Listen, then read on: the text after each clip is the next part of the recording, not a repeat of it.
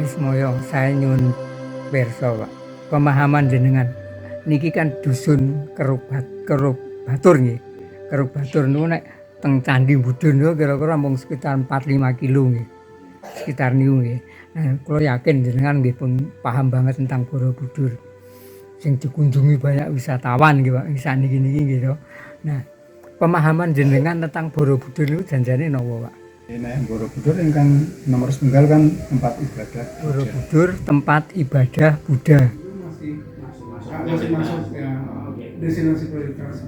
Nah, kalau saya tadi Pak, karena penelitian saya belakangan ini lebih ke destinasi wisata spiritual. Kalau sekarang kita balik Pak dari kembali ke tadi kegiatan-kegiatan masyarakat di berbagai desa itu, bagaimana mereka memberikan kontribusi terhadap spiritualitas di Borobudur. Karena pandangan saya yang masih sangat sempit, saya memandang Borobudur itu tidak sekadar candi atau tidak sekadar monumen Buddhism, tapi saya pikir itu ada nilai spiritual yang jauh lebih tinggi itu. Nah, saya mau coba menggali mungkin dari Pak Camat, bagaimana sih masyarakat menjaga nilai spiritual yang ada di Borobudur itu? Masyarakat kita yang pertama kita ingin menanamkan kesadaran pada masyarakat. Pondok Ceting, Pondok Setubu, Pondok Semuris itu kalau yang sebenarnya ada kaitan sama Candi Borobudur dan di bawah Candi Borobudur. Kalau nggak percaya sama tanya UNESCO yang orang ahli psikolog dan ahli ilmu gaib. Bicara soal Borobudur sepertinya kita betul membuka buku besar ya. Membuka buku besar yang tak akan habis dibaca sepanjang masa. Apalagi kalau kita baca catatan persoalannya, tentunya membuat pusing kepala. Ini menjadi sebuah kesaksian sejarah ya. Nah, kebetulan saya dilahirkan di sini 70 tahun yang lalu. Tetapi kalau kita mencermati, kita mampu menempatkan pada posisinya, dan pada porsinya, dan semuanya itu berangkat dengan rasa dan kearifan. Kemudian kita kan baru bisa memahami persoalan-persoalan itu, justru kita akan bisa menerima persoalan-persoalan yang muncul itu sebagai pendidikan, pengetahuan,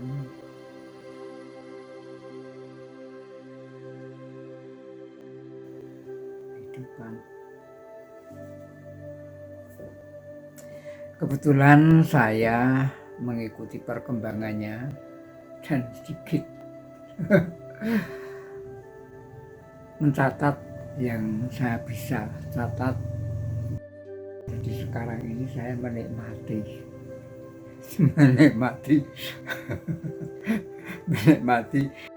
jadi sekarang ini saya menikmati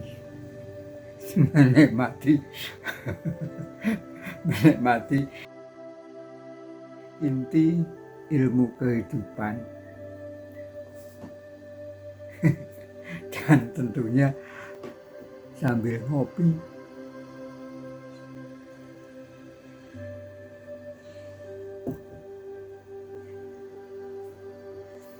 Borobudur memang sejak purna pemugaran fase 2 tahun 1973 sampai 1983 yang pemugarannya dibantu oleh UNESCO. Kemudian pasca pemugaran itu Borobudur dinyatakan sebagai tempat pariwisata. Meski sebelumnya Borobudur menjadi tempat sarana pemuja bagi umat Buddha, serta tempat meditasi, berkontemplasi, penghayat kepercayaan, serta yang percaya bahwa tempat itu mampu menghubungkan energi spiritualnya antara alam, manusia dan Tuhan. Jadi pendek kata, Borobudur itu sudah dianggap tempat yang sakral. Sayang setelah menjadi tempat pariwisata yang dalam perkembangannya terus semakin pesat meningkat, namun keramaian itu hanya dirasakan di seputaran candi itu, hanya di seputaran candi. Ya sama-sama panitianya gitu nggak sih Mas? Misalkan sosialisasi ke panitia ya kita ke Centeng itu kan nggak bisa maksudnya untuk mempromosikan tempat gitu loh. Oh bahwa di sini ada tempat ini nanti pesertanya bisa kerjasama seperti itu bisa. Kita ceritakan nggak ada. Ini sama sekali nggak ada yang nginep di sini. Pelatihan apa? Mungkin kerajinan, mungkin ntar yo hospitality, mungkin yang ngeset kamar, tapi malah nggak bisa berjalan. Harusnya ya sesuai basic. Alasannya orang sudah berjalan apa Mas Babel? Ya itu Pak, mungkin apa? Ya itu Mas, nyari amplopnya. Nyari amplopnya, jadi dari pelatihan itu yang penting untuk duitnya amplop itu toh. Nomor 1.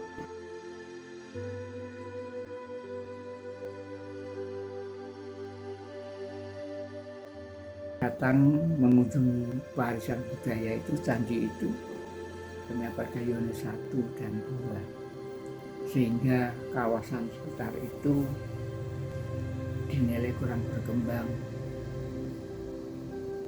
Padahal tentunya ketika kita bicara Borobudur, ada sedikit anggapan bahwa Borobudur itu Mandala. Nah, ketika bicara Mandala itu, Mandala daya besar. Kalau Mandala dipahami menjadi Petromak, lampu besar gitu kan, itu bisa mampu menghidupkan lilin-lilin yang ada sekitar itu. Sehingga keramaian itu tidak hanya terpusat pada Yono 1, 2, tapi bisa menyebar di mana-mana, di seputaran yang disebut sebagai sekarang ini disebut sebagai kawasan.